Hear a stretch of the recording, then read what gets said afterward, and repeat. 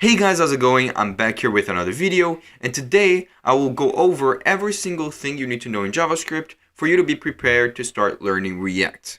I know for a fact a lot of people try to search for this because I remember me myself when I started learning React searching for the same thing and never getting a concrete answer. And the reason for this is because a lot of people who want to learn React is either people who have zero to no experience in programming or programmers who don't have a lot of experience in web development.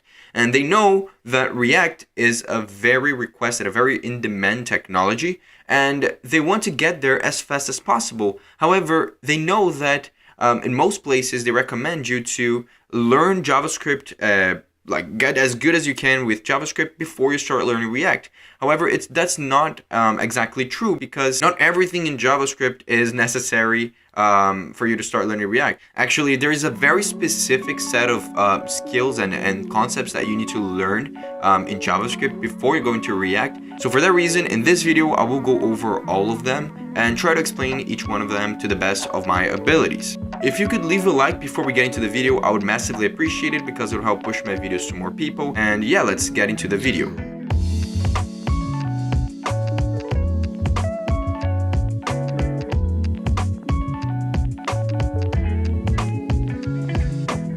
So for this video, I'm gonna skip the super basic stuff like defining variables and like basic introduction to functions and whatever, because honestly, I feel like that's implied that you need to know the basics of programming and the basics of a language syntax. Every React tutorial out there, they probably won't be teaching you like what is const, what is let, that kind of stuff. So what I'm gonna be going over is the more not well-known stuff in JavaScript, or more intermediate, slightly beginner stuff that will be very useful in React. So the first thing I'm going to talk about is just working with functions in general. Well, what I mean by that? Well, the first thing is when you're working with React, you'll find yourself working a lot with arrow functions. And for those who don't know, arrow functions is just a different way to define your functions. So in normal JavaScript, you would, for example, define a function like this, saying function, then the name of the function. Let's call this function do something. And you would define it with a parentheses and your curly braces. Then you would write all of the logic inside of here for whatever you want to do when this function is executed. Now, with the introduction of newer versions of JavaScript, we've seen the introduction of a different way to define this, which is by using arrow functions. And this syntax is actually seen in many different languages, which is, it's why, in my opinion, I kind of like this. And to define the function, you can either use the const, the let, or the var keywords, but I would always recommend using the const for this because it's more standard. And what you would do is you would say const, then the name of the function, like do something. Then you would put an equal sign, the parentheses, an arrow, and the curly braces. Now, you may think that this is more, like you're writing more stuff, but in my opinion, it compensates because it makes it a lot better when you're working with callback functions, which is something that you work a lot with in JavaScript. So I do recommend using the arrow function, and also when you're using arrow functions, although they do the exact same, you can actually export it a little bit differently. So if you're planning on exporting this function to have access to it in another file, there's two different ways of doing this. If you're using this function definition, you have to say export default, like this, and then you'll be able to export this function. But if you're using this one, you don't say default, you say just export const. And I use this kind of notation a lot more than this kind of notation. Now, why is this important for React? Well, because in React, you define components, and components are just functions like this one. I'll just say my component, which takes in props, which are arguments, and return HTML. Like I can return a div or something like that. Now, this is React. This is something specific to React. But you can see how learning the different methodologies of defining function can be useful for this kind of situation. So this is why it would be important. But another thing that I feel like for functions would be really important for you to know is anonymous functions. So for example, in React, you might see a button like this. I know right now it's just a button in the middle of the file. It doesn't even make sense. But imagine you have a button like this, which has the property onClick. Well, when you have an onClick, usually in normal JavaScript, you pass the name of a function inside of here, right? But in React, you can do either that, or you can just define the function inline with an anonymous function, something similar to this. So you could actually write a function like this, where it would be executed when you click on the button, and it would work perfectly. And this is actually recommended in some scenarios. So knowing how to create a function that doesn't have a name, which is what an anonymous function is really important because it allows you to execute commands without having to declare a function. So keep in mind that this is very useful and you'll use it like a lot in React. So the next thing I want to talk about is working with conditionals using the ternary operators. And this is specifically very useful in React because of the nature of React. When you code in React, you'll soon realize that you're trying to minimize the amount of lines of code you're writing, especially when you're writing code directly into the UI portion of your code. So React actually allows you to kind of write JavaScript inside of your HTML, but it's not actually called HTML. It's a modified version of HTML called JSX, which allows you to directly write JavaScript, right? It's one of the best parts of React because it allows you to write conditionals and write your logic and make that represent your UI. So when you're doing something like that, you need to decrease the amount of lines of code you're writing inside of your UI so that it doesn't become super messy. So that's where ternary operators come in, because writing an if statement is pretty big, right? To write something like if true, then do this, it takes in already 3 lines of code, and don't even mention doing an if-else statement, which actually put the wrong kind of brackets, but it takes in 1, 2, 3, 4, 5 lines of code, right? And if you're writing code in React, you don't really need this. You don't want this. So what I like to do is, for example, like this. Imagine that we have a Boolean, right? Let age equal to 10. Let's just say age is equal to 10. You have not a Boolean, a number, right? And I have another variable, which is like a name of someone. Let's say name, right? And for some reason, this person's name is called Pedro, right? Very nice coincidence. Well, I want to say something different. I want to say that if the age is 10, or greater, if the age is greater than 10, then this person's name is Pedro. But if it's not, for some reason, this person's name is Jack, right? But to do something like that, I would have to say if age is greater than 10, then let's say name is equal to Pedro, like this, Pedro, and else we would say name is equal to Jack, which is all fine and well, but the problem again, as I mentioned, is this is taking way too much space and there's easier ways of doing this. And this is where the 3 ternary operators come into place. They're basically shorthand notations for doing if statements or if else statements. So if I didn't even have an if else here, if it was just, okay, let the name be equal to Pedro if age is greater than 10. Then, first of all, let me make this greater than 10. Let me make this 16, which is not my age, by the way. But if I want to do something like this, I can just say, okay, let name equal to age. And if age is greater than 10, then set it equal to Pedro. I know this looks weird, but all you're saying here is if this condition is true, then do this. And since this is after the equal sign, we're just saying let name be equal to Pedro if this condition is true. And this will work. Now, there's the other ternary operator, which is this one over here, which is the double or, which is kind of the opposite. It would work the other way. So if it's not equal to 10, it basically wouldn't do this because this right now is satisfying the condition. And finally, there's the if-else operator, which is basically what we wanted in the beginning. So if we want to set it equal to Pedro if age is greater than 10, then we say if age is greater than 10, then let's set name equal to Pedro. Else, accidentally deleted everything. Else, we put a colon. Let's name this Jack. So this is the if-else operators. This basically says if this is true, then this, else this.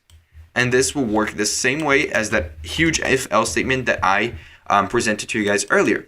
So why is this useful? Where in React, you find yourself creating returning HTML, right? So if I have a component, like I mentioned, you would have something like this, where it's a function which returns some sort of HTML, like a div, right?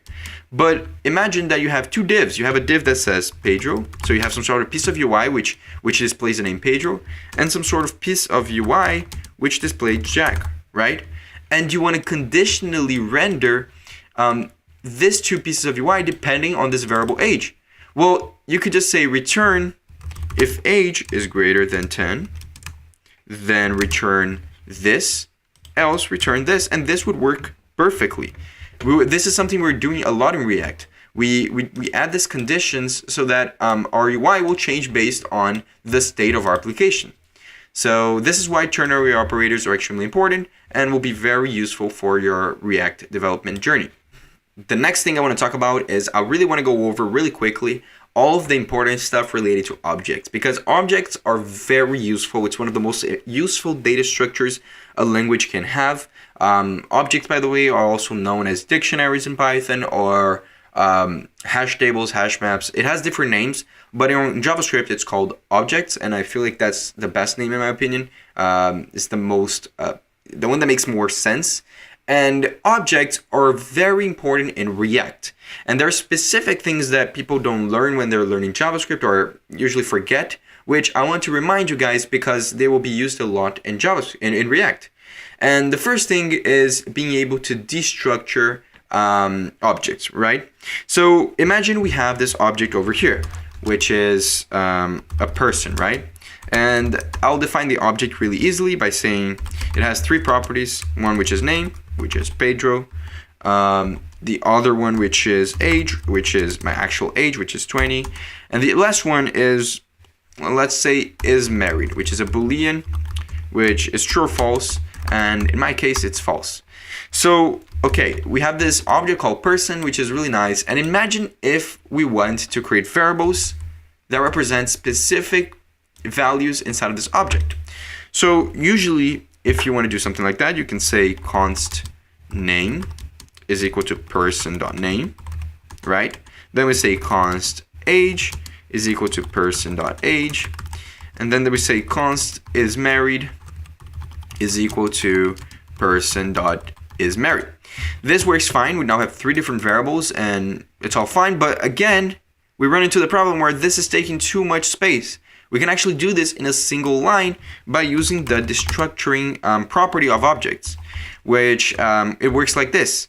You say const, then you open and close curly braces, set this equal to the object name, which is person, and you can destruct anything, any key value pair from this object directly over here as a variable.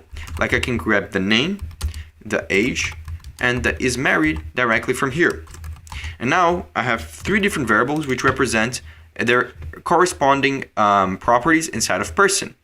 Now, this is really nice. You use this a lot, especially when you're working with prompts, which I won't go over because this is not a React tutorial. This is a JavaScript tutorial for people who want to learn React or are learning React.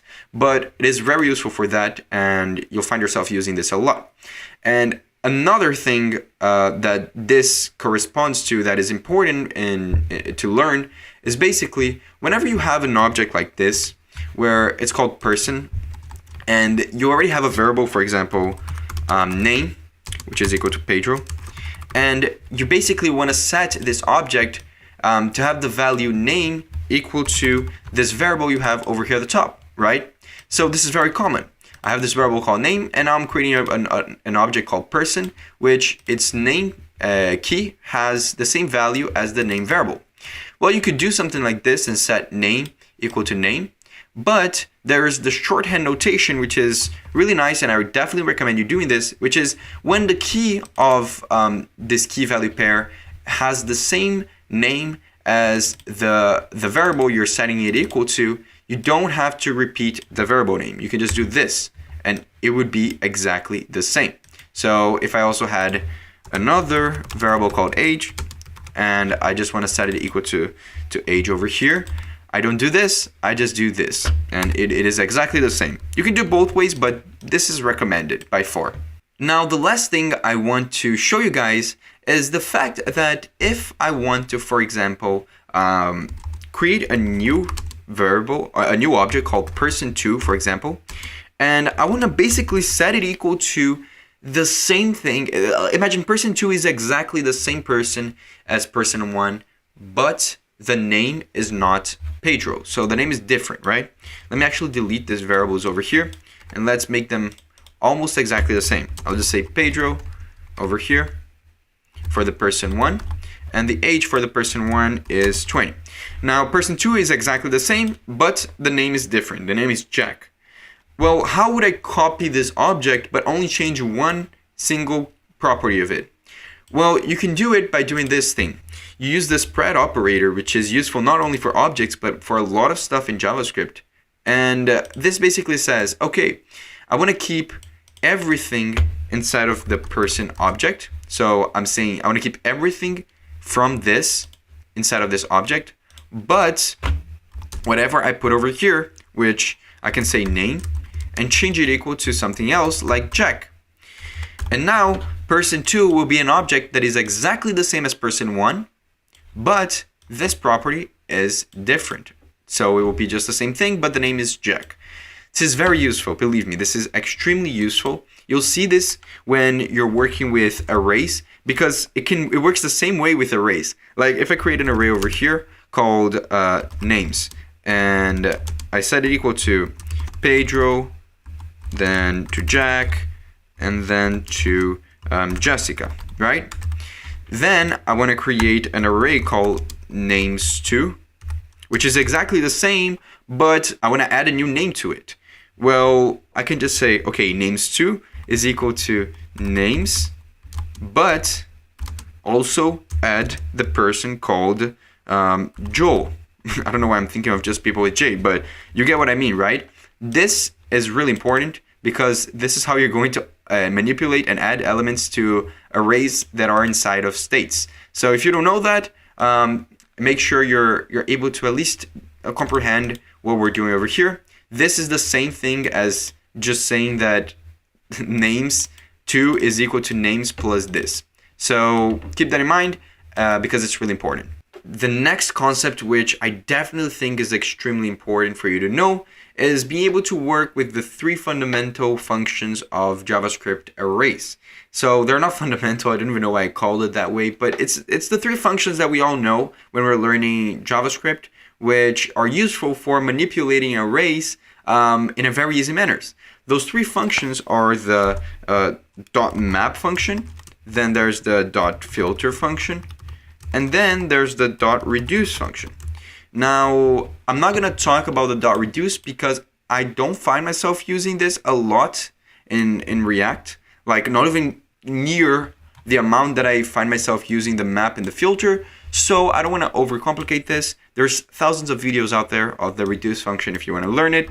But since this is focused just on React, I do feel like these two functions over here definitely outshine the third one.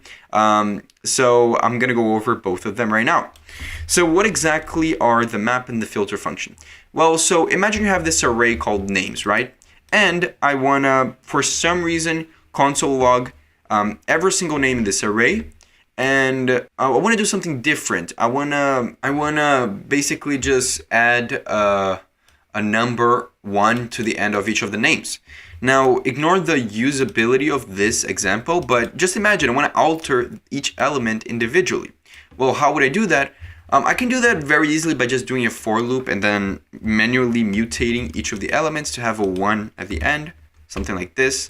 But that, as always, will take a lot of lines of code, right? It will take, like, I would have to say for let I equal 0. Then I could also use a for each loop, right? Which could be very useful, but in this case, I want to do something a little bit different. I'll say names.map, and the map function takes in an argument to it. The argument is basically some sort of variable that you define that represents each element in this array. So we're going to iterate through this array completely, and for each element that exists in this array, we're going to execute whatever is inside of this function that we created using the arrow function. So this is an anonymous function, which we talked in the beginning of the video, and we write code that will be executed for each of the elements in the array. So what we can do is we can actually access each element by grabbing them as the argument of this array. So if I say something like console log name, like this, and I run this, then basically it would just console log each of the names. It would console log Pedro 1, Jessica 1, Carol 1. I also forgot to remove the 1 from each of them because this is what we're going to be doing with this example. But basically, how would I do something like mutate them directly and add the 1 to the end? Well, if you return something inside of this function, then for each element in this names array, it will represent, the element will change depending on what you put over here. So if I actually wanted to change every element in this array to have the name Joe, then I could do something like this, and every element in the array would become Joe because we're not actually, we're just saying return Joe for each element. But if I want to basically use the current name in the array together with this, then I can say name plus 1. And it will now, every element will become the name, or the same element, plus the 1 at the end, which is the example we wanted to present, right? And this is useful because when you have lists in React, and you have, for example, you want to basically return an h1 tag, right? A header tag with each of the names, right? What you can do is you can say names.map, then grab the name, and then for each element in this array, you can return an h1 tag saying something like name, like this. And what this will do in React is it will basically generate a header for each element in the list. So this is how you would render or display in your website lists in React. Now, I don't expect you to know this because I'm trying to make this video beginner friendly for people who never learned React. But this is something that kind of show you guys that it's very similar to what we've been doing so far. And this is very common in React. So this is why learning the map function is very useful. Now, the filter function is a bit different. Imagine that I want to keep everyone in this list of names, and imagine this list of names have some more Pedros, right? It has Pedro, and it has another Pedro. How do I remove every single Pedro from this list? Well, I can do something like this. I can say names.filter. And this filter function is similar to the map function in the sense that it will loop through every element in this array, and you can grab each name by putting the value to the argument. But you put over here as a return, instead of whatever you want to replace the element in the array with, which is what the map function requires, you actually put a condition. And if the condition is true, then what we can do is we can just put over here that we only want to keep the people whose name is not equal to Pedro. So this over here would make names become an array without Pedro or this other two Pedros over here. So it would just keep as an array as Jessica and Carol. This is, again, super useful. You'll see yourself doing this a lot. I find this very useful whenever you're doing like searching or filtering through lists, which obviously it's the main point of this function. But again, keep in mind, this is just an introduction. So if you want to look further, I do have videos on this where I explain better. So if you want to check out, just go into my channel and look for the video. So the last concepts that I want to go over, I won't actually explain it to you guys. And the reason for that is because I've already made extensive videos on them, which I'm literally showing you guys right now. If you want to check them out, I go over all of the concepts that I'm listing right now. And those concepts are really important because they are fundamental for any kind of web development application. It doesn't have to be just React in general. It works with, it is important for every kind of application. And the reason for that is because it is working with APIs. And most websites nowadays have to communicate with an API in some sort of way.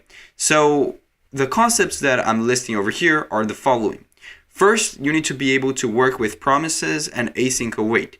I do have a video on that, and I would definitely check it out, or if you want, you can check out other videos as well. But this topic specifically will be very useful because you will be requesting data, and you need to be able to handle the data that you receive in a way that will work correctly.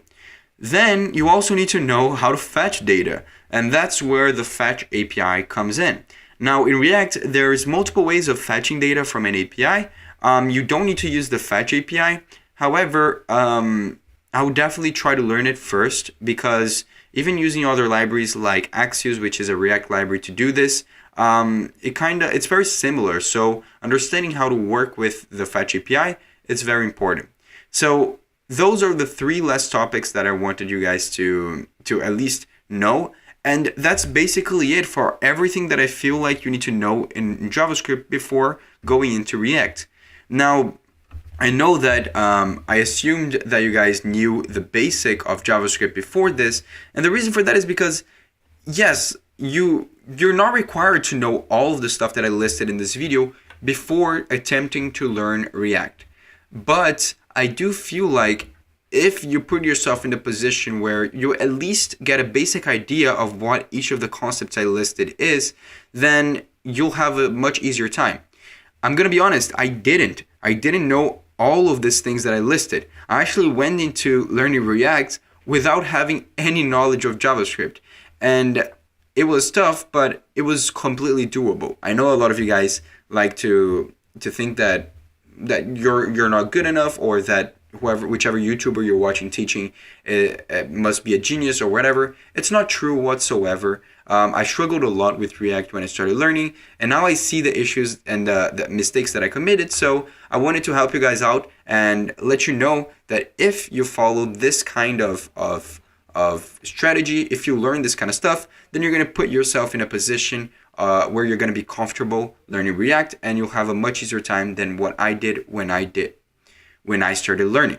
So with that in mind, I really hope you guys enjoyed this video. If you enjoyed it, please leave a like down below and comment what you want us next. Also give me feedback. I'm trying to make some videos which are kind of like tutorials, but are not just for React developers. Some stuff for more JavaScript developers as well. Try to branch out a little bit while also maintaining my React content. So let me know what you think. If you enjoyed it, support the channel. And yeah, that's basically it. Really hope you guys enjoyed it, and I see you guys next time.